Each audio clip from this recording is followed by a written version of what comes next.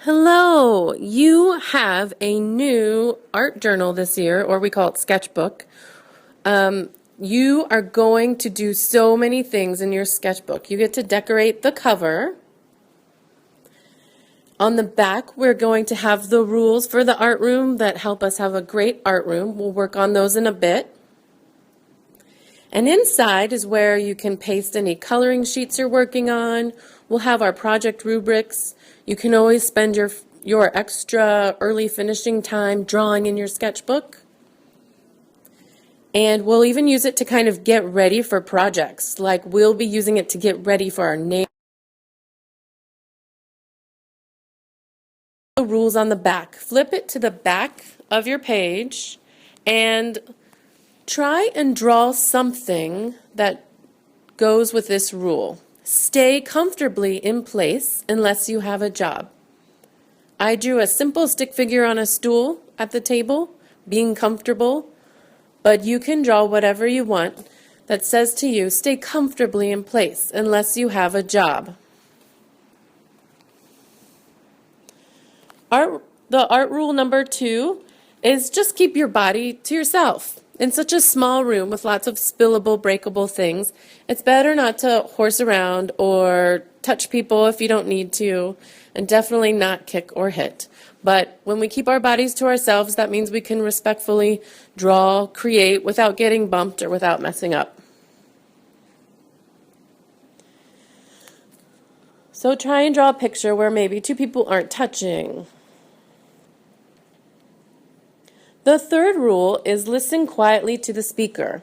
This means that when the teacher is talking or even a video, you want to be using your ears to get as much information as possible. That will always help you in your art. You'll be less frustrated and you'll be able to help other people when they need it. It's also important to listen to our classmates. Our next rule is to always show care for one another. So if someone's down, we give them space or we give them patience. If someone's not doing too well in their art, we give them encouragement. And we will never use names for people in here. And we got to keep it a safe and positive place so that our creativity and our artistic skills can even grow.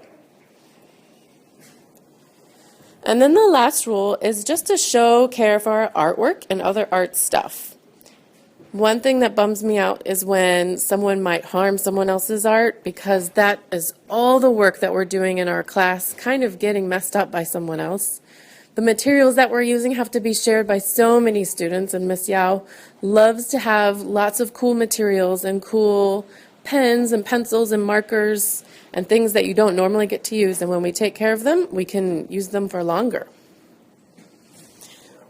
When you're finished illustrating your rules today, you'll get a little stamp up in your corner. That signifies that you have signed your name on the line and you are ready to use your journal for all the things that you can use it for. You can begin decorating your journal once you get the stamp, and you can start drawing in your journal once you get the stamp. These are table points, and when you're working together as a table to be on task, you get table points. This is the pencil bin, which is over by the hallway window. Whenever you need to switch out a pencil that's available, you just have to make the G signal with your hand, and you can go change out your pencil. These are some early finisher clay activities, which is also on the counter. If you finish on your journal today, you can get the early finish clay materials.